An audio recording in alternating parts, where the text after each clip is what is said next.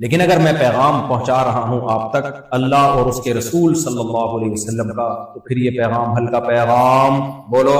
اب چند آیتیں ہیں وہ سن کے میں اپنا بیان ختم کرتا ہوں، آپ کو سنا کے۔ میرا پیغام تو نہیں ہے، وہ کس کی کتاب ہے بھائی؟ اللہ کا پیغام ہے۔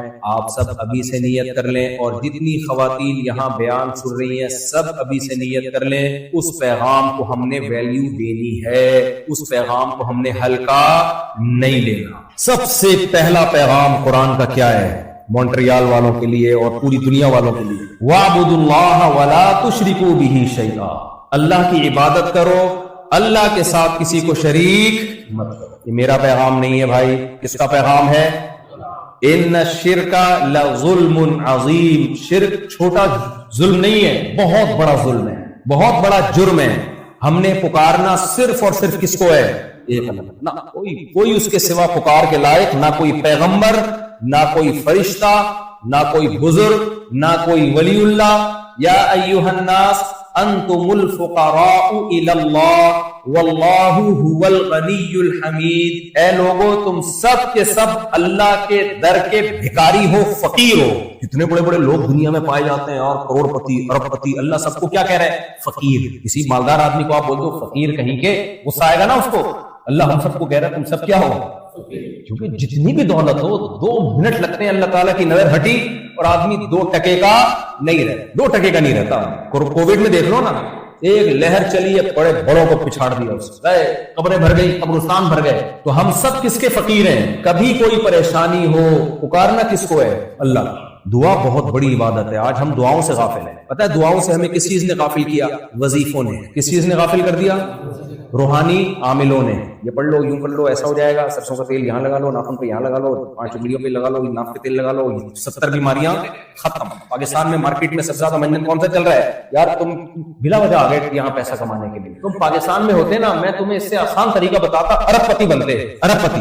روحانی عامل بن جاؤ، روحانی عامل بن جاؤ، جن چڑیل بھوت بگانے کا بزنس شروع کر دو۔ اس کے لیے کچھ نہ آنا زیادہ مفید ہے، بالکل جاہل ہو کے کاروبار زیادہ چلے گا۔ کوئی بھی آ رہا ہے تم پہ جادو ہے، تم پہ چڑیل ہے، تم پہ جن ہے، خاتون آ رہی ہے تم پہ تمہاری ساس نے جادو کرایا ہے، ساس آ رہی ہے تمہاری بہو نے کرایا ہے، نند نے کرا رہا ہے، جٹھانی نے کرایا ہے، پڑوسن نے کرایا ہے، کچھ بھی لکھ کے دے دو۔ لوگ ایسا یقین کرتے ہیں، ایسا یقین کرتے ہیں۔ میں کہتا ہوں تمہیں اگر روحانی عاملوں کے پاور اور طاقت کو تم کچھ سمجھتے ہو، تمہیں ان کے 2 نمبر ہونے کا یقین نہیں آتا، تو میں تمہارے سامنے بیٹھا ہوں 20 سال سے روحانی عاملوں کے خلاف بول رہا ہوں، چیلنج کر رہا ہوں کہ تمہارے پاس اتنے جن چڑیل بھوت، تو میرا تو کچھ بگاڑو نا یار، کوئی 2-4 چڑیلیں بھیجو ادھر۔ نہیں چڑیل اب کیا ہو یار، تم سارا مزہ خراب کر دیا۔ کہہ رہے ہیں جن چڑیل بھیجو، آپ کدھر دماغ چلا گیا؟ دیکھو بہت گہری بات، نہیں وہ چڑیلیں نہیں ہے نا ایسا۔ تو دعاؤں سے غافل ہو گئے ہم لوگ، دعاؤں سے غافل ہو گئے۔ مانگنا سیکھو اللہ تعالیٰ سے۔ اللہ کو سب سے زیادہ پسند کیا ہے؟ اللہ سے۔ جب کوئی مشکل ہو اللہ سے مانگو۔ لوگ کہتے ہیں مانگتے ہیں ملتا تو کچھ بھی نہیں ہے۔ تو بھائی صاحب اگر اللہ ایسے دینا شروع کر دے، ادھر مانگا ادھر مارکیٹ میں چیز آ گئی، تو پھر تو ایمان بالغیب تھوڑی رہے گا۔ اللہ سے مانگنے کا مطلب پتہ ہے کیا ہے؟ اپنا کیس فائل کر دیا اللہ کے دفتر میں، بس تسلی ہو گئی۔ جو توکل کرنے والے ہیں ان کو تسلی ہو گئی، اب ہماری مراد پوری ہو تو بھی ٹھیک، پوری نہ ہو تو بھی ٹھیک۔ یہ مطلوب ہے۔ یعقوب علیہ السلام کا بیٹا جب گم ہوا تو کیا انہوں نے اللہ سے دعائیں نہیں مانگی ہوں گی کہ اللہ واپس بھیج دے میرے بچے کو، یوسف کو واپس؟ مانگی نہیں ہوں گی؟ ساری زندگی مانگتے رہے، روتے رہے، تو نتیجے میں کیا ہوا؟ دوسرا بیٹا بھی۔ اب یعقوب علیہ السلام نے کیا دعائیں مانگنا چھوڑ دی ہے بھائی اب ہمارا کام ہے مانگنا۔ مانگتے رہے، دونوں کو اللہ نے ملایا بادشاہ بنا کے، چاہے دنیا میں پوری ہو آخرت میں پوری ہو۔ جب ہمیں کہہ دیا ہم بھکاری ہیں، تو بھکاری کا کام کیا ہوتا ہے؟ مانگنا۔ کبھی آپ نے کسی بھکاری کو دیکھا ادھر مانگا نہیں ملا تو اس نے مانگنا چھوڑ دیا، اس نے کہا میں جاب کروں گا، بزنس کروں گا، لوگ دیں گے۔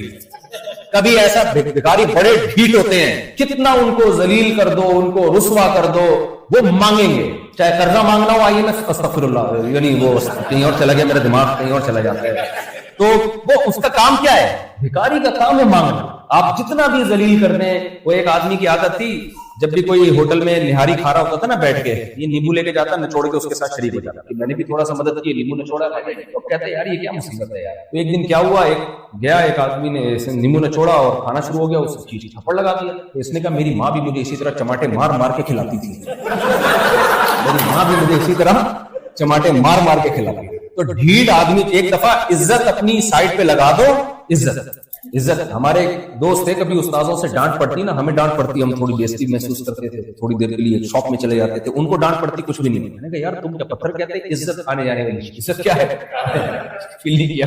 تو بھکاری کو تبھی تو حدیث میں اتنا منع کیا بھیک مانگنے سے, چہرے پہ گوشت نہیں ہوگا. نبی صلی اللہ علیہ وسلم کی صحیح حدیث ہے, بھکاری کے چہرے پہ قیامت کے دن گوشت نہیں ہوگا, کیونکہ گوشت سے انسان کے چہرے پہ رونق آتی ہے. گوشت ختم ہو جائے تو وہ ایک ڈھانچہ ہے, تو اس نے اپنے چہرے کو مخلوق کے سامنے ذلیل کیا, اللہ اس کے چہرے سے قیامت کے دن گوشت نوچ لے. تو میرے بھائی, مخلوق کے سامنے بھیک مانگنا ذلت ہے, اللہ کے سامنے بھیک مانگنا عزت ہے. تو ہیں ہی اللہ کے محتاج ہے بھائی, سر کے بال سے لے کے پاؤں کے ناخن تک کس کے محتاج ہیں. تو ہماری دعا قبول ہو پھر بھی مانگنا ہے, قبول نہیں ہو. ہمارے نبی صلی اللہ علیہ وسلم نے بتا دیا ہمیں کہ اللہ کے نبی صلی اللہ علیہ وسلم نے فرمایا اللہ بندے کی دعا قبول کرتا رہتا ہے اس وقت تک جب تک بندہ یہ نہیں کہہ دیتا. ایک دن بندہ تھک کے کہتا ہے میں تو مانگ رہا ہوں, قبول تو ہو نہیں رہی, اس دن اللہ قبول کرنا چھوڑ دو. تو جو ہمیں لگ رہا ہوتا ہے نا قبول نہیں ہو رہی, وہ لگ رہا ہوتا ہے, حقیقت میں ہو رہی ہوتی ہے. وہ اللہ کی مرضی کیسے قبول کرتا ہے وہ. تو اس لیے بھائی ان روحانی خواتین سے خاص طور پہ کہتا ہوں, خواتین بہت پڑتی ہیں ان عاملوں کے چکر میں. مجھے نہیں پتا مونٹریال کا بڑا روحانی ڈرامے باز کون چل رہا ہے یہاں پر اس وقت مارکیٹ میں, تو ہوں گے ہر جگہ ہوتے ہیں. تو تم پہ جن ہے, تم پہ چڑیل ہے, تم پہ یوں ہے, تم پہ فلانا ہے. یہ مذہبی لوگوں کے منجانے ہی ہے. میں جاپان گیا, وہاں پہ کہا جن بھوت ہوتے ہیں, انہوں نے کہا ان کے جو عبادت گاہیں ہیں نا وہاں ہوتے ہیں. لیب میں ان کے کوئی جن نہیں ہوتا, کوئی بھوت نہیں ہوتا. یونیورسٹی میں کوئی چڑیل, کوئی جن, کوئی بھوت نہیں. مندروں میں جن بھی ہوں گے, بھوت بھی ہوں گے, چڑیلیں بھی ہوں گی. جہاں بھی روحانی سینٹر کھلے ہوئے نا مذہب کا, مذہب اس چیز کا نام تھوڑی ہے. مذہب تو اس کا نام ہے جو میں ابھی آپ کے سامنے پیش کر رہا ہوں. وہ کیا ہے؟ سب سے پہلا حکم مذہب کا کیا ہے؟ وَاعْبُدُوا اللَّهَ وَلَا تُشْرِكُوا بِهِ شَيْئًا. ہم نے عبادت صرف اور صرف کس کی کرنی ہے؟ ایک اللہ کی کرنی ہے. ایاک نعبد کا مطلب یہ نہیں کہ ہم تیری عبادت کرتے ہیں, ہم تیری ہی عبادت کرتے ہیں. وَإِيَّاكَ نَسْتَعِينُ, مدد صرف اور صرف اور صرف تو کس سے مانگتے ہیں؟ اللہ سے مانگتے ہیں. جتنی خواتین ہیں یہاں پہ اور مرد ہیں وہ توبہ کریں, ہم کبھی بھی زندگی میں شرک نہیں کریں. دیکھو بزرگوں سے محبت کا حکم ہے وہ ہماری طرح کے ہیں. وہ میں اکثر واقعہ سناتا ہوں, ایک آدمی کو فالج ہوا, میرے پاس آیا, کہتے میں مزار پہ جاؤں گا, سنا اس بزرگ کے پاس جاؤ تو دھڑ صحیح کر دیتے ہیں. میں نے کہا ان کے تو دونوں دھڑ کام نہیں کر رہے بھائی, تیرا آدھا دھڑ کیسے ٹھیک کریں گے وہ, ابھی تو قبر میں گئے ہیں. تو دوسرا کام جو اللہ نے ہمارے ذمہ لگایا ہے نا, اللہ کے حق میں سب سے بڑا حق ہے توحید, اور دوسرا حق ہے توحید تو عقیدے کا نام ہے نا, عقیدہ. اور پریکٹیکلی جو اللہ کے حق میں سب سے بڑا حق ہے وہ ہے نماز. جہاں قرآن نے ایمان والوں کی صفات بیان کی, سب سے پہلے نماز قائم کرتے ہیں, نماز قائم کرتے ہیں. بھائی یہ میں نہیں کہہ رہا, یہ اللہ کہہ رہا ہے, اتنا بار بار کہہ رہا ہے نماز نماز نماز, ہم اس کو ویلیو نہیں دے رہے. اور اس کے لیے اللہ نے 5 ٹائم مؤذن سے اعلان بھی کروایا, حی علی الصلاۃ, حی علی الفلاح, آ جاؤ آ جاؤ آ جاؤ. اور میں اور آپ اس دعوت کو بالکل اگنور کر رہے ہیں, کوئی ویلیو نہیں دے رہے ہیں. وہی بات نہیں, فرعون بھی بڑا خوش تھا موسیٰ علیہ السلام کی دعوت کو ٹھکرا کے کہ نہ کوئی مجھ پہ عذاب آ رہا ہے, نہ کوئی پریشانی آ رہی ہے, میری حکومت تو اسی طرح اسٹیبل ہے اور سب کچھ فٹ فاٹ. فرعون کو پتا نہیں تھا یہ اللہ کی طرف سے ڈھیل ہے, ایک ہی دفعہ اللہ تعالیٰ پکڑے گا. بھائی اللہ نے مؤذن کے ذمہ لگا دیا, بار بار 5 ٹائم یاد دلانا ہے. گھسیٹ کے کسی کو نہیں لانا مسجد میں, گھسیٹ کے کسی کو نہیں لانا, یاد دہانی کرانی ہے. پھر میں جانوں ذرنی ومن خلقت وحیدا, جس کو میں نے پیدا کیا میں جانوں اور وہ جانے. قیامت میں اپنے سامنے کھڑا کر کے اس میں حساب و کتاب لوں گا. نبی نے فرمایا کہ اللہ کے سامنے ہر شخص نے ایسے کھڑے ہونا ہے کہ لیس بینہ و بین اللہ ترجمان, کوئی تیسرا شخص ترجمانی کرنے والا نہیں ہوگا اللہ اور مخلوق کے درمیان. جتنی خواتین جتنے مرد یہاں بیٹھے ہیں, آج سے پکا عزم کریں ہم نے کسی قیمت پہ نماز کو ضائع بولو نہیں کرنا. اور دیکھو نماز کا پتہ چلتا ہے سفر میں اور بیماری میں کہ آپ نمازی ہیں ہی.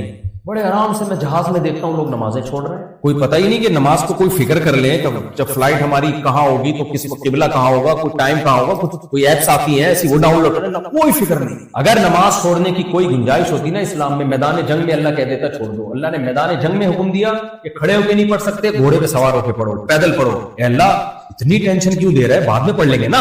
اللہ نے کہا نا ان الصلاۃ کانت علی المؤمنین کتابا موقوتا, نماز مومنین پر مقررہ اوقات میں فرض ہے. اللہ کی مرضی کے وقت میں پڑھنی پڑے گی, اپنی مرضی کے ٹائم پہ نہیں ہوتی. میری مرضی کا ٹائم ہے جب آفس سے فارغ ہو کر سب کاموں سے فارغ ہو کر میں گھر پہ آؤں گا تو پھر نماز پڑھ لوں گا, یہ میری مرضی کا ٹائم ہے. اس کو پشتو میں کہتے ہیں اخپل ٹائم. یہ کون سا ٹائم ہے؟ اخپل ٹائم. حج بھی ہمارا اخپل ٹائم کے مطابق ہو رہا ہے. بھئی آپ کے پاس جب اتنا پیسہ آ گیا کہ حج کی درخواستیں جانا شروع تھی اس وقت آپ کے پاس اتنا اماؤنٹ تھا کہ آپ نارمل طریقے سے حج کر کے آ سکتے تھے اور گھر والوں کا بھی خرچہ پانی دے کے جا سکتے تھے، تو اس وقت آپ پہ حج فرض ہو گیا۔ ہم کیا کر رہے ہوتے ہیں کہ جب سارے کاموں سے فارغ ہو جاؤں گا، طبیعت سے میں بوڑھا ہو جاؤں گا، ریٹائر ہو جاؤں گا، کرنے دھرنے کا کوئی کام نہیں رہے گا، تو پھر کیا کروں گا میں جا کے حج۔ تو یہ ٹائم اللہ کا بتایا ہوا ٹائم نہیں، یہ ہمارا بولو اخفل ٹائم۔ اللہ کے ٹائم پہ تو بہت کم لوگ حج کر رہے ہیں، اخفل ٹائم پہ حج تو پھر بھی ہو جاتا ہے، کسی ٹائم پہ بھی کر لو، لیکن نماز تو قضا ہو جاتی ہے میرے بھائی۔ حج بھی اللہ کے بتائے ہوئے ٹائم پہ کرنا ہے، اخفل ٹائم پہ نہیں کرنا، اور نماز بھی بولو نا کیا ہو گیا بھائی، بس ختم کر رہا ہوں بیان میں، اللہ کے بتائے ہوئے ٹائم پہ نماز پڑھنی ہے، تو پڑھو گے کہ نہیں پڑھو گے؟ اللہ مجھے بھی توفیق دے۔ یہ تو اللہ کے حقوق میں اللہ نے دو چیزیں بیان کی، اور مخلوق کے حقوق میں اللہ نے کیا کہا؟ جہاں اللہ نے اپنا حق بیان کیا مخلوق کے حق میں، سب سے پہلے باپ اور ماں، جنہیں کیا کہا جاتا ہے؟ والدین، پیرنٹس۔ سمجھ میں آ رہی ہے بات کی نہیں آ رہی؟ غیر مسلموں کے ہاں ہیومن رائٹس ہیں، ویمن رائٹس ہیں، ان کی اپنی ایک تفصیل ہے۔ اللہ کہتا ہے ویمن رائٹ میں کون ہے بھائی؟ ماں۔ ساری دنیا کی خواتین تم سے خوش ہیں، اماں خوش نہیں ہیں، تم ویمن رائٹس پر عمل بولو نا نہیں۔ ابا اور اماں یہ دو رشتے ایسے ہیں، اور انہی میں دادا دادی نانا نانی بھی ہیں۔ آج کل ہوتے نہیں، مارکیٹنگ میں پہلے ہی شارٹ ہو جاتے ہیں، کیونکہ شادیاں اتنی دیر سے ہو رہی ہے کہ دادا کی عمر میں تو باپ بن رہے ہو، تو اس لیے میں زیادہ دادا دادی کے حقوق اس لیے بیان نہیں کرتا کہ مارکیٹ سے دادا دادی کیا ہو گئے ہیں، جلد دیر سے شادی کا نقصان ہے نا، جب دیر سے شادی ہوگی تو دادا بننے سے پہلے فوت ہو جاؤ، کیونکہ بچہ اتنی دیر سے پھر اس کی بھی دیر سے کر رہے ہوتے ہو، اس لیے یہ ایک الگ پیکیج ہے، اس طرح کبھی اور بیان کروں گا انشاءاللہ۔ ہمارے محلے میں ایک صاحب تھے بوڑھے آدمی، تو میں ان کے پاس کبھی کبھار جا کے بیٹھا کرتا تھا۔ بوڑھوں کے پاس جا کے خدا کے بندو بیٹھا کرو، اس سے تمہیں بہت ثواب ملے گا۔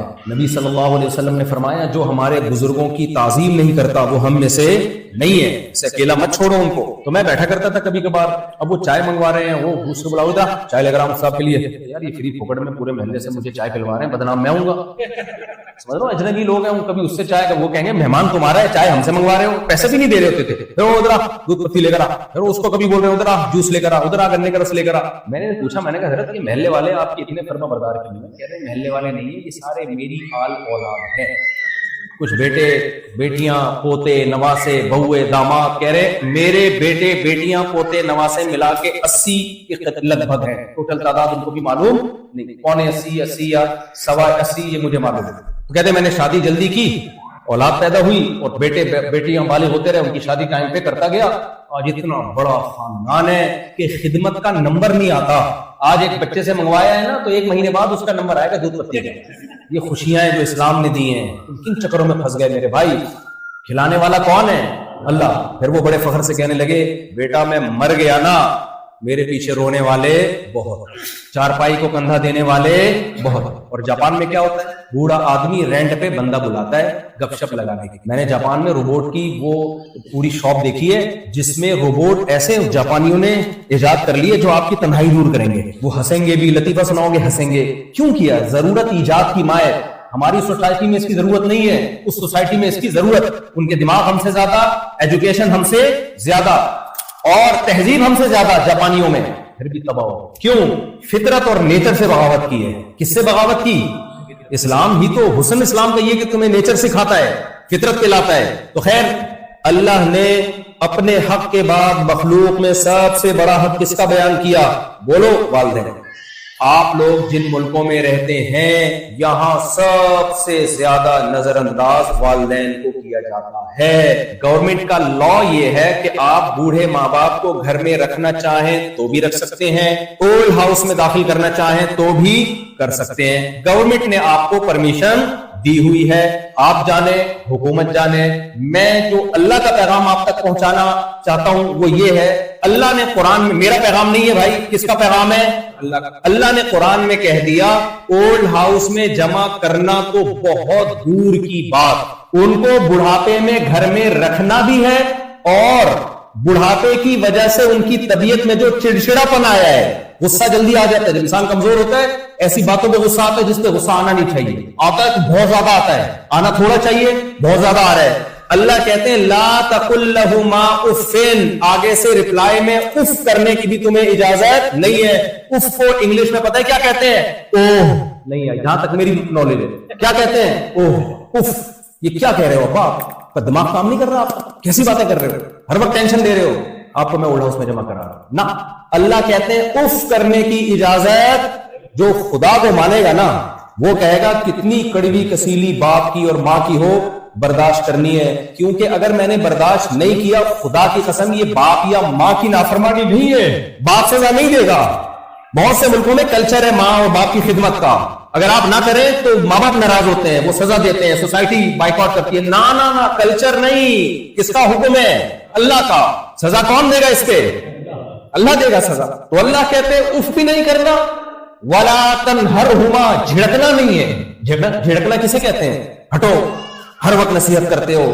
کوئی ایسا جملہ زبان سے جو کسی ریسپیکٹ والے آدمی کے لیے آپ یوز, جو اپنے باس کے لیے یوز نہیں کر سکتے. آپ کو پتا ہے میں نے یوز کیا, باس جاب سے نکال دے گا. کبھی آپ نے دیکھا ایئر ہوسٹس نے جھڑکا ہو کسی کو؟ کیا ہو گیا بھائی, ایئر ہوسٹس سے آپ نے منگوایا چائے مل جائے گی, ہٹو گھر میں چائے نہیں ملتی. کبھی دیکھا آپ نے ایئر ہوسٹس کا؟ ایئر ہوسٹس کو تو دیکھا ہوگا آپ نے, ادھر بھی گھننے نہیں. کبھی اس کا یہ اسٹائل دیکھا آپ نے؟ ہٹو. میرے بھائی اس کو پتا ہے ایئر ہوسٹس کو کہ میں نے ایک دفعہ بھی کسی پیسنجر کے ساتھ, مسافر کے ساتھ بدتمیزی کی تو میری جاب کو خطرہ ہے. تو آپ کو ایک دفعہ بھی ماں باپ کے ساتھ بدتمیزی کی اجازت بولو اگر کبھی ہو جائے تو قرآن نے مایوس نہیں کیا. ان تکونوا صالحین فانہ کان للأوابین غفورا. اللہ کہتے ہیں نیک بننے کی کوشش کرو, غلطی ہو جائے تو اللہ توبہ کرنے والوں کو معاف. اس لیے اللہ نے کہا کہ اللہ کو پتا تھا کہ یہ پرانے پاپی ہیں, بد اخلاق ہیں, بد تہذیب ہیں, ہر ایک سے اسٹائل سے بات کریں گے. جہاں ابا اماں کی باری آئے گی تو جوانی میں ان کو نچوڑ لیا, وہ کسی کام کے رہے نہیں ہیں, تو وہاں بد اخلاقی کریں گے. تو اس لیے اللہ نے مایوس نہیں کیا, کہا کہ اگر کبھی ہو جائے تو توبہ کا دروازہ بولو کھلا. میرے بھائی یہ اسلام کا حکم ہے, یہ آپشنل نہیں ہے. میرے اور آپ کے لیے سب سے زیادہ اہم رشتہ کون سا ہے؟ ماں اور باپ کا رشتہ ہے. تو اگر آپ نے ماں اور باپ کے ساتھ برا کیا, بڑھاپے میں ان کو تنہا چھوڑا آپ نے, نبی نے تو یہاں تک فرمایا جس کو بوڑھے ماں باپ ملے اور خدمت کر کے جنت کو اپنے اوپر اس نے واجب نہیں کیا, اس پر اللہ کی لعنت. بہترین آپشن تھا جنت کمانے کا, وہ اس نے ضائع کر دیا. میں سمجھا پا رہا ہوں کہ نہیں, ڈرا تو نہیں رہا آپ کو, گھبرا تو نہیں گئے, ٹینشن میں تو نہیں آ گئے یار یہ تو ہم سب کو جہنم میں ڈال کے جا رہے ہیں مفتی صاحب؟ نہیں بھائی, کوئی مسئلہ, رکھ لو ماں باپ. اس کا فائدہ کیا ہوگا؟ جب آپ کی اولاد دیکھے گی آپ اپنے ماں باپ کی اتنی کیئر کر رہے ہو, وہ بھی کریں گے.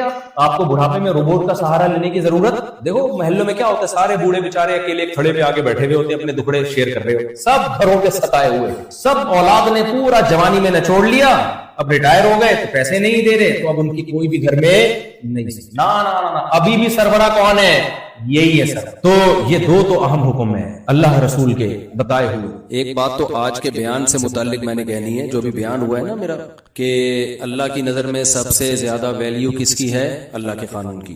ایک چیز خوب اچھی طرح سمجھ لیں کہ اس زمانے میں اسلامی ملکوں میں, غیر مسلم ملکوں میں تو اسلام ہے ہی نہیں, وہ تو ویسے ہی دعویٰ ہی نہیں کرتے. اسلامی ملکوں میں بھی نا, افغانستان کے علاوہ کوئی بھی کنٹری ایسا نہیں ہے جہاں عدالتوں میں مکمل اسلام کو فالو کیا جا رہا ہو. سمجھ رہے؟ کہیں بھی نہیں ہے. اب جب ہے ہی نہیں مکمل اسلام, تو عوام پر لازم ہے کہ کسی بھی کنٹری میں جب وہ کورٹ سے فیصلہ کروائے, عدالت سے کروائے, تو اس کے بعد اس پر یہ لازم ہے کہ وہ علماء سے بھی پوچھے کہ شریعت کی روشنی میں یہ فیصلہ صحیح ہے یا غلط ہے. سمجھ میں آ رہی ہے بات کہ نہیں آ رہی ہے؟ کیونکہ بعض فیصلے شریعت کے فیصلے سے ٹکرا رہے ہوتے ہیں. تو اب یہ فیصلہ آپ نے کرنا ہے کہ آپ نے شریعت کو مقدم رکھنا ہے یا جس اسٹیٹ میں آپ رہتے ہیں اس کے قانون کو مقدم رکھنا ہے. یہ فیصلہ کس نے کرنا ہے؟ آپ نے. اور یہ فیصلہ آخرت کو سامنے رکھ کے کرنا ہے. اگر آپ آخرت پر ایمان نہیں رکھتے تو آپ اللہ کے قانون کو کوئی ویلیو نہ دیں, کورٹ کو آپ ویلیو دیں. جیسے یتیم بیٹا ہے نا, یتیم پوتا. ایک آدمی کا انتقال ہوا, اس کی اولاد میں ایک پوتا ہے اور ایک بیٹا ہے, تو اسلام کہتا ہے بیٹے کو میراثت ملے گی بیٹے کی موجودگی میں پوتے کو, جو یتیم پوتا ہے یعنی جس کا باپ مر گیا. لیکن ہماری کورٹ, جو اس پاکستان کی کورٹ ہے, وہ یہ کہتی ہے کہ بیٹے کو بھی ملے گی جو زندہ ہے, اور جس یتیم پوتے کا باپ مر گیا ہے نا, تو اس باپ کی وراثت کس کو جائے گی؟ پوتے کو. یعنی جو دادا کی زندگی میں, یعنی بیٹا مر گیا کسی کا نا, بھائی چلو زید ہے, ایک صاحب ہے زید کی زندگی میں اس کا ایک بیٹا مر گیا, ایک بیٹا موجود ہے, تو اسلام یہ کہتا ہے جو بیٹا مر گیا نا زید کی زندگی میں, زید کی وراثت میں اس کا حصہ ختم. جب اس کا ختم تو اس کی بیوہ کا یا اس کے بچوں کا بھی ختم, کیونکہ وہی حصہ آگے ٹرانسفر ہوتا نا. جب بیٹے کو وراثت نہیں ملے گی تو پوتے کو بھی نہیں ملے گی, جو زندہ بیٹا ہے اس کو ملے گی. ہاں سارے ہی بیٹے باپ کی زندگی میں مر گئے تو پھر پوتے بیٹے کے قائم مقام ہو جاتے ہیں. تو اس کو کہتے ہیں یتیم پوتے کی وراثت. اسلام میں نہیں ہے لیکن پاکستان کے قانون میں ہے. اب آپ نے کورٹ سے کیا کیا کہ ایک یتیم پوتا تھا, اس نے کہا کہ میرے والد صاحب میرے دادا کی زندگی میں فوت ہو گئے تھے, تو میرے چچا کو جیسے وراثت مل رہی ہے مجھے بھی ملے. کورٹ اس کے حق میں فیصلہ دے دے گی. جو اس کی وراثت ہوگی نا, جو اس کے ابا کو ملنی تھی, وہ ساری کس کو مل جائے گی؟ اس کو. اب یہ میں مثال سے بات سمجھا رہا ہوں. لیکن اگر یہ پوتا اللہ پر ایمان رکھتا ہے, آخرت میں اللہ کے سامنے جواب دے, تو اس پر لازم ہوگا کہ وہ کورٹ سے فیصلہ کروانے کے بعد علماء سے رابطہ کرے کہ اسلام کی روشنی میں میرا حصہ بنتا ہے کہ نہیں بنتا. پوری دنیا میں کسی بھی مذہبی اسکالر سے جب وہ پوچھے گا نا, تو وہ کہیں گے چونکہ آپ کے چچا آپ کے ابا کی دادا کی زندگی میں زندہ تھے, تو چچا آپ کے موجود تھے, لہذا آپ کے دادا کی وراثت آپ کے چچا کو ملے گی, آپ کو نہیں ملے گی. تو اس پر لازم ہوگا اس فتوے کی روشنی میں وہ ساری وراثت لوٹا دے کس کی طرف؟ اپنے چچاؤں کی طرف. اب ایسے خود غریبوں زکات کا مستحق کچھ بھی ہے, دیکھیں غریبوں کے الگ اسلام میں حقوق ہے نا. وہ وراثت میں جو حصہ ملتا ہے وہ غریبی امیری کی بیس پہ نہیں ملتا. وراثت میں اسلام کا اصول ہے کہ جب قریبی رشتہ موجود ہے تو دور کے رشتے محروم ہوتے ہیں. تو جب سگا بیٹا موجود ہے تو اسلام کہتا ہے پوتا دور کا رشتہ ہے, سگوں کے ہوتے ہوئے پوتے کو وراثت نہیں ملے گی. آ رہی ہے بات سمجھ میں کہ نہیں آ رہی ہے؟ غریبی امیری پہ تھوڑی ہے. اگر غریبی امیری پہ ہوتا تو ایک بیٹا کروڑ پتی ہے, اس کا حصہ کم ہوتا, ایک بیچارہ بھوکا ہے, اس کا حصہ زیادہ ہوتا. اسلام میں دونوں کا حصہ کیا ہے؟ سیم ہے, ایسے کہ بیٹے دونوں ہیں نا, بیٹا ہونے کی حیثیت پہ ملے گا. تو جب بیٹا موجود ہے پوتا کو نہیں ملتا. ہاں یہ ایک الگ بات ہے کہ دادا اپنی زندگی میں اپنے پوتے کے لیے وصیت کر کے جا سکتا ہے کہ میرا یہ پوتا ہے, اس کا باپ چونکہ میری زندگی میں مر گیا ہے تو اس کا کوئی حصہ نہیں ہے, تو میں اس کے لیے کچھ وصیت کر دوں. تو 1/3 تک وصیت کی جا سکتی ہے, وہ بالکل جائز ہے. لیکن اگر وصیت نہیں کی ہے تو اس کو کورٹ سے حصہ اگر ملے گا تو شرعن اس کے لیے وہ حلال نہیں ہو جائے گا, حرام کا حرام ہی رہے گا. اگرچہ کورٹ اس کو لیگل کہے گی, لیکن آپ کسی بھی مذہبی اسکالر سے پوچھیں گے جس کے پاس نالج ہو, آج کل تو ہر آدمی جس کا منجن بکنی رہا ہوتا ہے نا, مفتی بن کے فتوے دے رہا ہوتا ہے. یوٹیوب پہ آپ کو بہت سارے منجن بیچنے والے ملیں گے, جس کی جو فیلڈ ہے اس میں ٹانگ ہے. پراپر اسکالر ہو یا دارالفتہ ہو, پراپر ادارہ ہو, ان سے آپ فتوا لیں گے تو دنیا میں کہیں سے بھی فتوا لیں گے, وہ کہیں گے بھائی اس پوتے کی وراثت کا حصہ نہیں ہے. اب اس پہ رونے دھونے والے بہت ہوں گے, ہائے اللہ یہ بیچارہ ہائے یوں, وہ بیچارہ ایک طرف رکھو, خدا کے قانون کو فالو. اس کو ویسے تعاون کر دیں اس کے ساتھ, بھائی ویسے بھی اخلاقی بھی تو کچھ ذمہ داریاں ہوتی ہیں نا, تو ویسے اس کو تعاون کریں.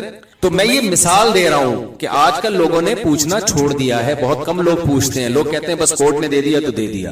اکثر میں ایک واقعہ بیان کرتا ہوں, وہ میں دوبارہ آج کے موضوع کے حساب سے ریپیٹ کر رہا ہوں. وہ واقعہ یہ ہے کہ ایک خاتون نے امریکہ سے 2-3 سال پہلے مجھے فون کیا. ان کی اپنے شوہر سے بہت ساری لڑائیاں تھیں, جھگڑے تھے, پڈے تھے, ان کے الزامات تھے میرا شوہر یوں میرا شوہر یوں وغیرہ جو ہوتے ہیں میاں بیوی میں, صحیح بھی ہوتے ہیں غلط بھی ہوتے ہیں, ہر طرح کے چل رہے ہوتے ہیں. بہرحال جی ڈیورس ہو گئی, ان کے شوہر نے ان کو ڈیورس دے دی. اب جب ڈیورس دی ہے تو امریکہ کے لا میں یہ ہوا کہ جی آپ اپنی پراپرٹی آدھی اپنی وائف کو دیں گے. تو خاتون کو لائر مل گیا, اس نے کہا کہ میں آپ کو کروڑوں روپے بن رہے تھے. اس عورت نے مجھے فون کیا, اس کے دل میں اللہ کا خوف تھا نا. اس نے کہا میرے شوہر نے مجھے طلاق دے دی ہے, ظالم تھے, ٹھیک رویہ نہیں تھا. اب جب ڈیورس دی ہے تو مجھے آدھی پراپرٹی مل رہی ہے. میں نے کہا یہ آپ کے لیے لینا حلال؟ بولے نہیں. اسلام کا قانون یہ ہے کہ شوہر نے طلاق دے دی ہے تو جو مہر تھا وہ دینا پڑے گا اس کو, اس کے علاوہ اور نان نفقہ جو 3 مینسز تک عدت پوری ہونے تک جو بیسک نان نفقہ ہے نا آپ کا, رہائش بھی اس کے ذمے ہے اور کھانا پینا بھی اس کے ذمے ہے. اس کے علاوہ آپ کچھ بھی نہیں لے سکتی. تو انہوں نے کہا وہ تو ایسا تھا, وہ تو ویسا تھا. میں نے کہا ایسا جیسا بھی تھا تو چھوڑ دیا نا اب اس نے, جان چھوڑ گئی نا آپ کی. بھائی غلط آدمی سے شادی ہو گئی تو جان چھوڑ گئی آپ کی, کہیں اور شادی کریں آپ. لیکن یہ نہیں ہو سکتا کہ وہ آپ کو آدھی پراپرٹی, وہ امریکہ کا لا ہے, وہ اپنے حساب سے جو مرضی قانون سازی کریں. لیکن آج جو میں نے بیان کیا نا وہ یہی سمجھانے کے لیے کہ بھائی کہیں بھی کوئی لا ہے, سب سے پہلے آپ نے کس کو فالو کرنا ہے؟ اللہ کا. تو اللہ کی نظر میں وہ آپ کے لیے حلال نہیں. اس نے کہا بھائی میرا لائر کہہ رہا ہے یہ تو میرا شوہر دے گا. میں نے کہا دے گا, آپ کے لیے حلال نہیں ہوگا, وہ آپ کو لے کے بھی واپس ہی کرنا ہے. آخرت کا اگر خوف آپ کے دل میں ہے تو انہوں نے پھر کہا کہ ٹھیک ہے میں اس پر کہہ رہی, میں نے پوچھا اس لیے کہ شرعی طور پہ یہ حلال ہے نہیں. تو مجھے لگا کہ میری تاریخ میں ایک عورت ایسی ہے میری زندگی میں جس نے کروڑوں روپے ٹھکرا دیے. کس کی خاطر؟ خدائی قانون کی خاطر. میں نے ان خاتون کا واقعہ کئی بار بیان میں سنایا ہے. تو یہی ہم سمجھانا چاہ رہے ہیں. اور اللہ کا, میں نے کہا یار اس کا میاں کتنا فضول آدمی ہے, اتنی نیک عورت جو لاکھوں روپے چھوڑ رہی ہے, کروڑوں روپے چھوڑ رہی ہے, کس کے خوف سے؟ تو بتاؤ وہ شوہر کا حق نہیں اللہ کے خوف سے ادا کرے گی؟ حق ادا کرنا آسان ہے, کروڑوں روپے چھوڑنا مشکل ہے. کروڑوں روپے کہیں مل رہے ہو نا تو سارے حقوق بھی ادا کر ہو جاتے ہیں. لیکن اس نے کس کے لیے چھوڑا؟ تو مجھے لگا کہ اس کا میاں واقعی بڑا ہی کوئی غیرت لیس قسم کا آدمی ہے.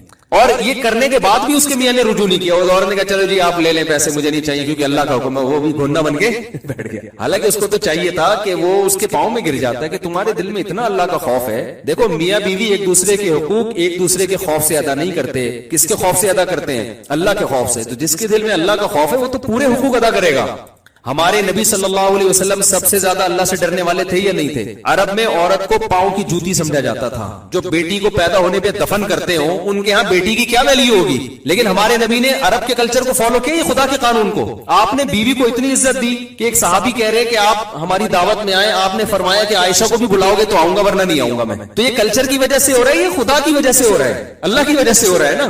عرب کیا کر رہے ہیں کہ بیٹی کو زندہ دفن کرتے ہیں. غیرت کا خامخواہ کا مسئلہ بنایا ہوا. ہمارے نبی اپنی بیٹی کی بیٹی نواسی ان کو آپ نے کندھے پہ بٹھا کے فرض نماز پڑھائی ہے. تو یہ کلچر کو فالو کیا, عرب کے قانون کو فالو کیا, یا خدا کے خوف کی وجہ سے خدا کو فالو کیا ہے؟ تو آپ کو خدا کو جب آپ فالو کرتے ہیں نا آپ زیادہ اچھے طریقے سے حقوق ادا کرتے ہیں. خدا کو فالو نہیں کرتے نا تو وہ جو اس آدمی کی بیوی کو 1 کروڑ روپے مل رہے ہیں وہ خدا کے خوف میں تھوڑی وہ آدمی دے رہا ہے, وہ امریکہ کے ڈنڈے کے خوف میں دے رہا ہے. ورنہ تو 5 روپے نہ دے.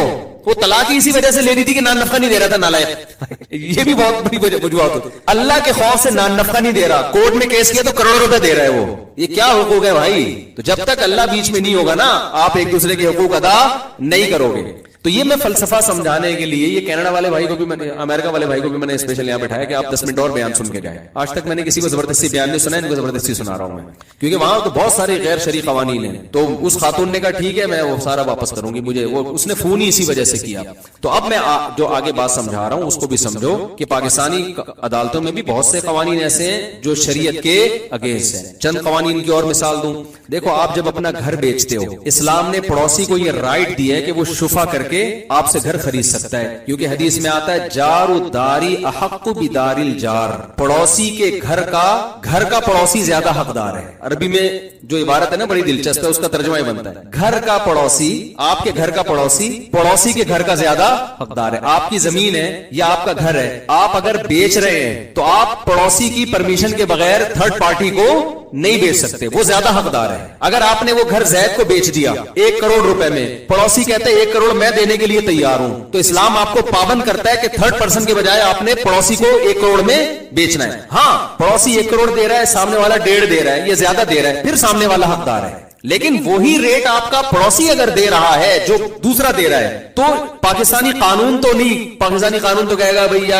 دنیا کا قانون آپ کی پراپرٹی جس کو چاہے بیچیں, لیکن اسلام آپ کو پابند بناتا ہے کہ آپ پڑوسی کی پرمیشن کے بغیر اپنی زمین, چاہے وہ کھیتی باڑی کی زمین ہو چاہے وہ رہائشی گھر ہو, آپ کسی اور کو وہ گھر بولو نہیں بیچ سکتے. اس صورت میں بیچ سکتے ہیں کہ سامنے والا پیسے زیادہ دے رہا ہے, لیکن اگر وہی ریٹ سامنے پڑوسی کے ہے تو پھر آپ کو پڑوسی کو بیچنا پڑے گا. اس کو یہ رائٹ شریعت نے دیا. جب اسلامی عدالتیں تھی نا تو اس وقت یہ ہوتا تھا, جب خلافت عثمانیہ تھی پڑوسی کیس کر دیتا تھا جا کے کہ بھائی میں بھی 1.5 کروڑ دے رہا ہوں, یہ مجھے کیوں نہیں دیا اس نے, تو وہ پھر آپ کو دینا پڑے گا. سمجھ میں آ رہی ہے بات؟ دیکھو اسلام نے بڑا زبردست قانون بنا نا, وراثت سے زمینیں ڈیوائڈ ہوتی ہیں, چھوٹی ہو جاتی ہے, کسی کے کام کی نہیں رہتی. اب یا تو وراثت کے حکام کو اسلام چینج کر دیتا ہے, تو اس نے شفا کے حکام دے دیے کہ وراثت سے ڈیوائڈ ہوگی لیکن شفا کے حق سے وہ قریب ہو جائے گی, یعنی بڑی ہو جائے گی زمین. ایک آدمی کے بعد بڑی زمین ہوتی ہے تو بہت کچھ کر سکتا ہے نا وہ. اب اس میں حکمتیں کیا, میں تو حکمتوں میں نہیں پڑھنا, میں تو اسلامی لا کو دیکھنا ہے. اسی طرح خوب سمجھ لو کہ اگر آپ ایک گلی میں رہتے ہیں اور گلی آگے سے بند ہے تو پھر اس گلی میں اگر کسی کا گھر بکتا ہے نا تو ہر پوری گلی میں سے ہر ایک کو اختیار ہے کہ وہ شفا کر کے وہ گھر آپ سے خرید سکے, بشرطے کہ گلی ایک طرف سے بند ہو, کیونکہ ان سب کا راستہ اب جو بھی آئے گا نا تو اسی ایریا میں آئے گا وہ. تو اس کے تفصیلی حکام میں جاؤں گا تو بیان بہت لمبا ہو جائے گا. تو میرا بتانے کا مقصد یہ کہ ہمارے ہاں ہر چیز میں ہم فالو کس کو کر رہے ہیں, کورٹ کو. بعض دفعہ کورٹ کا قانون اسلام سے ٹکرا رہا ہوتا ہے. آپ نے گھر اگر بیچا تو خوب سمجھ لو کہ اسلام یہ کہتا ہے کہ آپ نے مثال کے طور پر زید سے ایگریمنٹ کیا کہ میں تمہیں 1 کروڑ کا گھر بھیجتا ہوں, آپ نے بیچ دیا. آپ کے پڑوسی کو جیسے ہی پتا چلے گا وہ فوراً اگر گواہ بنا کے لوگوں کو کہتے کہ میں نے شفا کیا ہے تو آپ مجبور ہو جائیں گے آپ وہ گھر اس پڑوسی کو دینے پر. یہ لازمی ہے آپ کے, لیکن آج کل لوگ اس کا خیال نہیں کر رہے ہوتے, اس سے چھپا رہے ہوتے ہیں. کتنی باتیں ہو گئی؟ دو باتیں میں نے دو قانون بتایا نا کہ یتیم پوتے کی وراثت والا. عدالتی خلا پہ تو میں 20 دفعہ بول چکا ہوں کہ وہ عدالتی خلا کی بھی یہ جو آج کل جس طرح سے کورٹ خلا دے رہی کوئی حیثیت نہیں ہے. اسی طرح خوب سمجھ لیں غیر مسلم ریاست میں کورٹ اگر مسلمانوں کی طلاق کا ڈیورس کا فیصلہ کرتی ہے تو شریعت نے غیر مسلم جج کا مسلمان پر آئلی قوانین کے جو فیصلے ہوتے ہیں نا ان کو شریعت نے کالعدم قرار دی. ان کے قانون کے لحاظ سے ٹھیک ہے لیکن آپ وہ پراپر وہاں آپ کو کسی مفتی سے بھی رابطہ کرنا پڑے گا. تو ایک بات. دوسری بات جو میں پہلے لے کے چلا تھا کہ اس وقت دنیا میں افغانستان کے علاوہ میری معلومات کے مطابق کوئی کنٹری ایسا نہیں ہے جہاں 100% اسلام. تو جس ملک میں بھی آپ رہتے ہیں جب بھی کورٹ فیصلہ کرے گی نا آپ نے علماء سے پوچھنا ہے. ایک بات. دوسرا علماء سے چھپڑ میں پوچھنا ہے آپ نے. نہیں یہی بات سمجھ. وجہ اس کی ہے کہ بعض دفعہ مذہبی اسکالر حکومت کے خوف سے قانون کے ڈر سے تھوڑا سا گول مول کر کے بات بتا رہے ہوتے ہیں. وہ بھی پابند ہوتے ہیں. ان کو پتا ہے کہ اگر ہم نے بتایا تو ہم اندر ہو جائیں گے. دارالعلوم کرنگی میں کوئی کسی نے فتویٰ لیا کہ یہ عدالتی خلا صحیح ہے کہ نہیں. وہاں مفتی صاحب نے بہت پرانی بات ہے انہوں نے فتویٰ دے دیا یہ خلا کالعدم ہے. توہین عدالت کا کوئی کیس ہے وہ اندر کر دیا مولانا صاحب کو. اب تو خیر اتنے مفتی کالعدم قرار دے رہے ہیں کہ وہ کس کس کو اندر کریں گے. وہ ٹھیک ہے سب سے پہلے تو مجھے اندر کریں گے. میرے اتنے بیانات ہیں عدالتی خلا کے خلاف اور میں نے تو کہا تھا اندر کر دو یار. ایک دفعہ جب جیل میں جائیں گے پبلک میں مشہور ہوگا مفتی صاحب کیوں گئے تو پتہ چلے گا یار یہ عدالتی خلا کا لازم ہے تو بات تو پھیلے گی نا. پاکستان میں جب زرداری جیل سے باہر آ سکتے تو یار ہم نے کون سا جرم کر لیا بھائی. ایک خلا پہ ہم نے اعتراض اٹھایا تو ہم کیوں نہیں باہر آئیں گے. لیکن ہمیں ڈر یہ کہ ہم شاید باہر نہ آئیں کیونکہ یہاں وہ بڑی بڑی جو چیزیں ہوتی ہیں وہ آ جاتی ہیں. ہم جیسے غریب لوگ ان کے مقابلے تو مغرب ہی ہے نا بھائی. تو اس لیے یہ ضروری ہے کہ آپ جب علماء سے پوچھیں گے تو چھپڑ میں لے جا کے پوچھیں گے. چاہے سعودی عرب ہو چاہے دبئی ہو چاہے پاکستان ہو چاہے وہ یورپ ہو چاہے وہ دنیا کا مصر ہو کوئی بھی کنٹری ہو. وجہ اس کی یہ کہ عرب ملکوں میں بھی ایسا نہیں ہے کہ آپ نے حکومت نے کوئی فیصلہ کیا تو کوئی مفتی وہاں کہہ دیں کہ یہ غیر قانونی ہو فوراً اندر ہو جائیں گے. وہاں پہ قانون بہت سخت ہے. وہاں دبئی میں بھی ایسا نہیں ہے. دبئی میں کورٹ سے آپ نے فیصلہ لیا کسی مفتی سے پوچھتے ہیں مفتی کہتے ہیں غیر شرعی تو فوراً اندر. پاکستان میں بھی کچھ چیزوں میں ایسا نہیں ہے. آپ نے اگر فیصلہ کر دیا تو آپ ایک دم اندر. تو اس لیے اب آپ نے مذہبی اسکالر سے اگر پوچھنا ہے کہ یہ اکارڈنگ ٹو شریعہ کیا ہے تو وہ چھپڑ میں ہی آپ کو صحیح بتائے گا. اوپنلی آپ کو کوئی بھی صحیح نہیں بتائے گا. اندر ہو جائے گا وہ. اچھا لوگ کہتے ہیں علماء کو چاہیے اندر ہونے کے خوف سے کیوں ڈر رہے ہیں آپ ڈنگے کی چوٹ پہ بتائیں جو کر رہے ہیں. ڈنگے کی چوٹ پہ ایک ہی دفعہ بتائیں گے وہ اس کے بعد ساری زندگی اپنے کیسوں میں نمٹنے میں گزر جائے گی. تو بہتر نہیں ہے کہ چھپڑ میں پوچھ لو یار ان سے جا کے کیوں خود بھی پھنس رہے ان کو بھی پھنسوا رہے ہو. ایک مثال دیتا ہوں. ہمارے ایک دفعہ ایک مفتی صاحب کے پاس ایک صاحب آئے ایک فرقے کے بارے میں جو سب اس کو کافر سمجھتے ہیں. مشہور فرقہ ہے زیادہ تر کراچی میں ہے. وہ باقی کنٹری میں ذرا کم ہی پایا جاتا ہے. وہ یعنی زیادہ ان کا زور کراچی میں ہے. تو سب مانتے ہیں کافر ہے. آپ کسی بھی مفتی سے پوچھیں گے وہ نماز کو نہیں مانتے اور بہت ساری چیزوں کے منکر ہیں. وہ لوگ سب مانتے ہیں کافر ہے. لیکن لا یہ پاس ہو گیا کہ کسی فرقے کو جب تک کورٹ کافر قرار نہیں دے گی نا آپ انڈیویجولی اس فرقے کو کافر نہیں کہہ سکتے. لا یہ پاس ہو گیا پاکستان میں. یہ بات ہوگی تقریباً 8-10 سال پرانی ہے اس سے بھی زیادہ ہوگی. اب نیا نیا لا پاس ہوا تھا کہ کسی مفتی کو کسی خاص فرقے کو کافر کہنے کی اجازت نہیں ہے. حالانکہ بعض فرقے ایسے ہیں ان کو تو ہر آدمی کہہ رہا ہوتا ہے یار ان کا نہ وہ نمازوں کے قائل ہیں ٹھیک ہے نا وہ 5 نمازوں کے منکر ہیں تو اسلام کہاں سے ہو گیا. لیکن لا یہ پاس ہو چکا تھا. اب ہمارے جو مفتی صاحب تھے استاذ تھے ان کے پاس ایک شخص آیا اس نے اس فرقے کا نام لے کے پوچھا کہ یہ فرقہ اسلام میں داخل ہے یا اسلام سے خارج ہے یہ کافر ہے. تو انہوں نے جواب لکھا کہ یہ لوگ زندیق ہیں. زندیق کافر سے بھی اوپر کی چیز نا کہ بدترین کافر ہے. تو وہ کہہ رہے کہ یار میں نے پوچھا ہے کافر ہیں یا نہیں ہے آپ جواب میں لکھ رہے زندیق ہیں. سوال کچھ ہے جواب کچھ اور دیا جا رہا ہے. آپ بتا دیں کافر ہے یا نہیں ہے. تو انہوں نے کہا بھائی گورنمنٹ نے نا کسی بھی فرقے کو کافر لکھنے پر پابندی لگائی ہے. 6 مہینے کی جیل ہے. سیدھا میں لکھ دوں گا کوئی کیس کر دے میرے خلاف صرف قادیانیوں کو کافر آپ لکھ سکتے ہو پاکستان میں کسی اور کو نہیں لکھ سکتے. اچھا یہاں بہت سارے براڈ مائنڈڈ لوگ بھی ہوتے ہیں جو کہتے ہیں اچھا ہے گورنمنٹ کا کام ہے کافر قرار دینا مفتی تو نہیں کہہ سکتا کسی کو تو کیوں بھائی ہم واقعی بھائی کچھ لوگ جب اسلام کی ایک ہر چیز کا انکار کر دیا اور گورنمنٹ اس کو کافر نہیں قرار دے رہی تو مفتی کی ذمہ داری ہے نا لوگوں کو بتایا کہ اسلام میں داخل ہے یا نہیں ہے. کوئی نماز کا انکار کر دے کوئی ختم نبوت کا انکار کر دے کوئی اس طرح کی اسلام کی بیسک چیزوں کا انکار کر دے اور ہم انتظار کرتے ہیں کہ گورنمنٹ جب کافر قرار دے گی تو گورنمنٹ تو پتہ نہیں 100 سال میں بھی قرار نہ دے. تو مفتی کا کام ہے نا دیانتاً وہ بتائے کہ بھائی اس کا اسلام سے تعلق نہیں ہے. تو اب مفتی صاحب کا بھی ذمہ داری تھی وہ بتا دے. وہ زبان سے کہہ رہے تھے لکھ کے نہیں دے رہے تھے. انہوں نے کہا بھائی لکھ کے دیں. انہوں نے کہا زندگی لکھ دیا. وہ پھر وہ بار بار کہ حضرت میں نے آپ سے پوچھا ہے کہ کافر ہے یا نہیں آپ لکھ رہے ہیں کہ زندگی کے سوال کچھ. تو انہوں نے وہ مفتی صاحب کہتے بھائی گورنمنٹ نے کسی بھی فرقے کو کافر لکھنے پر 6 مہینے کی سزا لکھی ہے. تو وہ کہہ رہے میں تو پوچھ تو پھر وہ تو ٹھیک ہے گورنمنٹ سزا دے رہی ہے لیکن میرا سوال تو یہی ہے نا کہ کافر ہے یا نہیں. جب اس نے زیادہ اصرار کیا تو ہمارے مفتی صاحب نے کہا کہ گورنمنٹ نے پوچھنے پر پابندی نہیں لگائی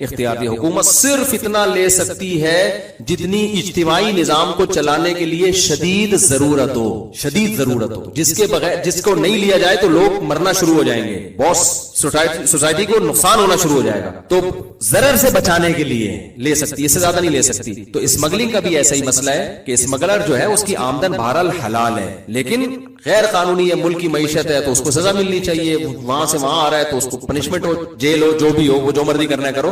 آمدن کو کوئی مفتی حرام نہیں کہے گا, کیونکہ مفتی کس کا پابند ہے بھائی؟ اللہ کے قانون کا مفتی کہے گا بھائی اللہ کے قانون میں آپ, گورنمنٹ تھوڑی کسی کو حلال حرام کے فیصلے کر سکتی ہے. تو اللیگل ضرور ہے, غلط ہے, اللیگل ہونے پہ اس کو سزا ملنی چاہیے. کمال کی بات یہ کہ سزا وہ نہیں مل رہی ہوتی. اللیگل ہونے کا یہ فائدہ ہوتا ہے کہ تھوڑا سا کسٹم والوں کا بھی اس میں زکات نکل جاتی ہے, بس یہ ہو رہا ہے فائدہ, تھوڑی سی زکات نکل جاتی ہے, اور پھر وہ پھر بھی دبا کے ہو رہا ہوتا ہے حساب کتاب. تو اسلام اس سے روکتا ہے بھائی آپ پیسہ نہیں رکھ سکتے کسی کا. اچھا بھائی جلدی جلدی میں ختم کر دوں اس کو. بھائی یہ ویلنٹائن ڈے کا بھی لوگ پوچھ رہے ہیں, یہ اسمگلنگ کا مسئلہ تھا وہ میں نے بتا دیا. اسمگلنگ کی آمدن خلاصہ یہ نکلا کہ حلال ہے لیکن غیر قانونی ہے, اس کو اپریشیٹ نہیں کیا جائے گا. گورنمنٹ اگر سمجھتی ہے کہ ملک کو اس سے نقصان ہو رہا ہے تو وہ سزا دے لوگوں کو. لوگوں کا مال پھر بھی ضبط نہیں کر سکتی. ضبط کیا ہے تو اس کا معاوضہ دینا پڑے گا لوگوں کو, پیسے دینے پڑیں گے. ہم نے آپ کی یہ مشین رکھی ہے, یہ ہم نے آپ کے پورے کھیپ پکڑی ہے, تو آپ نے پکڑی ہے تو آپ کے لیے تھوڑی حلال ہو گئی. آپ ٹھیک ہے آپ رکھ رہے ہیں تو اس کو پیسے دیں. اس کے پیسے کیوں دیں؟ تو غیر قانونی لے کر آئے تو غیر قانونی کی سزا دینا اس کو. غیر قانونی کی یہ تھوڑی ہے کہ آپ کی میں چیزیں رکھنا شروع کر دوں. سمجھتے ہو کہ نہیں سمجھتے؟ اچھا بھائی جھوٹ بول کر مال بیچنے سے آمدن حرام ہو جاتی ہے, اس طرح نماز کے اوقات میں کاروبار میں وہ آمدن حلال ہوتی ہے. دیکھو جھوٹ بیچنے سے جو آمدن حرام ہوتی ہے تو آمدن کا جتنا حصہ آپ نے جھوٹ بول کے جو اضافی لیا ہے نا وہ حرام ہوتا ہے, پوری چیز حرام نہیں ہوتی. مثال کے طور پر آپ کے پاس ایک خربوزہ ہے جس کی سوسائٹی میں مارکیٹ ویلیو کتنی ہے؟ 50 روپے. آپ نے کیا کیا, اس خربوزے کے ایسے فضائل بیان کیے کہ 100 میں پہنا دیا کسی کو, تو 50 تو آپ کے بنتے تھے نا. یہ جو اضافی 50 ہیں یہ کیا ہے؟ یہ جھوٹ بولا نا آپ نے. جھوٹ بول کے جو تو وہ اضافی 50 روپے آپ کے لیے حرام ہوں گے, کیونکہ وہ پہنانے کا جو عمل ہوا ہے وہ اضافی 50 میں ہوا ہے. باقی تو اس کو 50 کا خربوزہ مل گیا نا. تو جو جتنا حرام شامل ہوتا ہے اتنا حرام ہوتا ہے, پورے کو نہیں حرام کہا جا سکتا. تو باقی جھوٹ بولنا حرام ہے, ناجائز ہے. ایسا نہ ہو کہ آپ کہیں چونکہ 50 تو حلال ہے 50 اضافی ہے تو جھوٹ بول کے بیچو, تو وہ جھوٹ کا گناہ تو اپنی جگہ ہوگا. دوسرا مسئلہ یہ ہے کہ نماز کے وقت میں جو کاروبار کرتے ہیں تو ان کی آمدن حلال ہے یا حرام ہے؟ آمدن ان کی بھی حلال ہے. نماز کے وقت میں جو کاروبار کر رہا ہے تو کاروبار میں پیسے وہ نماز چھوڑنے کے نہیں لے رہا, اپنی پروڈکٹ کے پیسے لے رہا ہے, تو وہ پروڈکٹ کے پیسے حلال ہوں گے. البتہ نماز چھوڑنے کا اس کو شدید گناہ ہوگا. سمجھتے ہیں کہ نہیں سمجھتے؟ نماز چھوڑنے کا گناہ ہوگا کہ آپ نے جماعت سے نماز ضائع کیوں کر دی, تو وہ کاروبار حرام نہیں ہوگا. لوگ کہہ سکتے ہیں اس وقت کاروبار کرنا جب ناجائز ہے تو اس کی آمدن کیسے حلال ہو گئی؟ تو ہر ناجائز کام کی آمدن حرام نہیں ہوتی, اس میں دیکھا جاتا ہے کہ آمدن کس چیز کی لے رہا ہے. سمجھتے ہو کہ نہیں سمجھتے؟ آمدن لے کس چیز کی رہا ہے؟ نماز چھوڑنے کی آمدن تھوڑی لے رہا ہے, یہ آمدن تو اپنی پروڈکٹ کی لے رہا ہے نا, کپڑے کی لے رہا ہے. تو کپڑا جب حلال طریقے سے کمایا ہے اس کو کہتے ہیں کہ عارضے کی وجہ سے حرمت آ رہی ہے اس میں, اصل حرام نہیں ہے. اصل تو یہ کہ اپنے حلال کمائی کا خریدا ہوا کپڑا بیچ رہا ہے کسی کو. عارضہ کیا ہے کہ ایسے ٹائم پہ بیچ رہا ہے کہ جس ٹائم پہ کاروبار اس کے لیے حرام ہے. تو کسی عارضے کی وجہ سے ایک